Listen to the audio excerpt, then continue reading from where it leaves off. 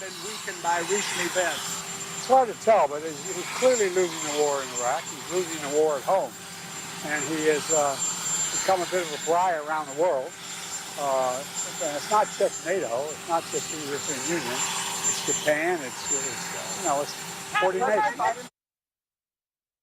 All right, before leaving for Chicago, President Biden seemingly a little confused while answering questions about Vladimir Putin, about Russia, about the Wagner Group, saying the Russian president is losing the war in, quote, Iraq, instead of, obviously, Ukraine, presumably. We think he was trying to say that the attempted revolt by Russia's Wagner mercenary group has weakened Putin. And his comments come as we're learning that the leader of the mercenary group, Yevgeny Prigozhin, was preparing to take military action against senior Russian defense officials. The new details being reported by the Wall Street Journal. Well, U.S. intelligence officials believe Prigozhin had been planning a major challenge to Russia's military leadership for quite some time. He'd been quite critical of the way the war was being carried out, but it was unclear what that ultimate aim would be. And it's certainly now raising new questions about Russia's military support for President Vladimir Putin. This comes, of course, as President Alexander Lukashenko of the former Soviet Republic of Belarus says he persuaded Putin not to, quote, wipe out the mercenary chief.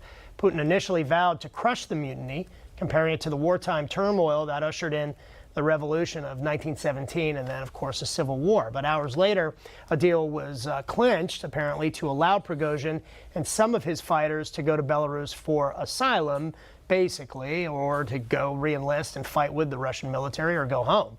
Well, Prigozhin flew to Belarus, at least his jets were spotted there from Russia on Tuesday. Well, joining us now with more insight and analysis is retired Lieutenant Colonel Tony Shaffer. And also with us is retired U.S. Air Force Brigadier General Blaine Holt. General, let's start with you. So I was going to talk about Prigozhin's plans, capture Russian leadership and maybe the FSB, heading this off. But you also talk, and you may have some information about possibly that Putin may be reneging on this quote unquote deal, as it's been reported, to, basically allow Prigozhin to go to Belarus and his fighters to go home, or to go to Belarus as well, or go back to the military. What do you know about that? Right. So what we know is we can start to see that the big crisis is over now. Prigozhin is isolated. He's in Minsk. And now Putin is going to manage this. He's going to have to do a loyalty check and find out who in that inner circle may have compromised themselves and Putin's security. But what you can see now playing out in the papers, which, by the way, is also unusual, Putin is making statements, Lukashenko is making statements about other facets to investigate of Prigozhin, which tells us if they're interested in investigating him for $2 billion of potential embezzlement and those types of things, they're going to go get him, but they're trying to legitimize it instead of just pushing him out of a window, and that's the end of him. So what this means is they're going to have more of a public display to show the Russian public they're getting their house in order.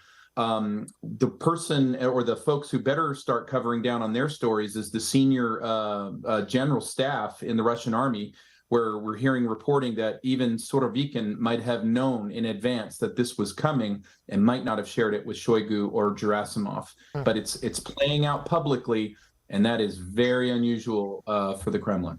Colonel Shaffer, I want to get your thoughts on that too. Yeah. But first, Ukrainian officials have detained an alleged Russian intelligence agent that's been linked to the Kramatorsk restaurant strike. Look, this is a region. I was there. I was warned about Russian sympathizers there or operatives working for Russia.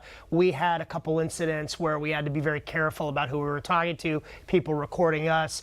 And we know Russia has operatives in Ukraine, but Russia maintains it only strikes military targets.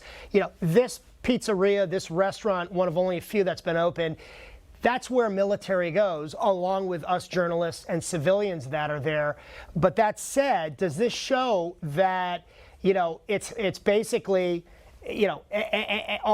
any area is fair game, whether it's an area with soldiers or with civilians? You think we're going to see more attacks like this ratcheting up? Yeah, John, you and I both know you have to take with a grain of salt any guarantee of safety the Russians say. I'm sorry, it's just not a practical thing to follow. And yeah, I think a location like this, in the secret eyes of the Russians is completely legitimate. They're going to hit targets which they think will give them benefit. And of course, they're going to explain it away as an accident or some other issue. But if there's leadership there that they think they can hit and degrade the Ukrainian leadership, why would they not do that? I think they're very much in it to win it.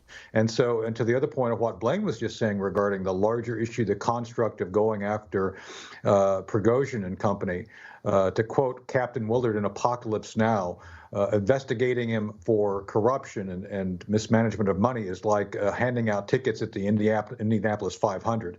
As Blaine was saying, this is all public show. They're sending us a message. The question becomes, John, can we interpret that message correctly? Because based on the fact that Joe Biden thinks the Germans probably bombed Pearl Harbor back in World War II, we have some real issues with the leadership interpreting correctly what's going on. Blaine, I want to get your thoughts on what Colonel Shaffer was saying as well with that, and about that bombing in Kramatorsk and Russian operatives, working behind enemy lines. Really, I mean, I'm looking at this video, and all this is so eerie because this is exactly where we were doing live shots. We were staying in the hotel right there. It's so sad, and I know this area, and I know civilians were there as well. Yeah, John, I remember when you were there, and the thing is, here comes the NATO summit. So never forget that it's right out there in front of us, and the Russians are going to try to rattle the Ukrainians. They're going to try to rattle NATO into an idea that maybe the war is not worth prosecuting because the Russians have a handle on it. And on the Ukrainian side, it's going to be the exact opposite. They're going to try to show some gains here with the counteroffensive to show the NATO summit. So I think there's going to be a lot of kind of significant plays and hits like this. But here's what, from the time you were there, John, to now, Russian intelligence and infiltration into the Ukrainians has gone way up. They have now gotten intel on where ammunition sites are, and they've been hit. They've hit leadership, and if they see 4 officers that they want to tag in a pizza place, they will not hesitate. And I think it's just going to go up from there.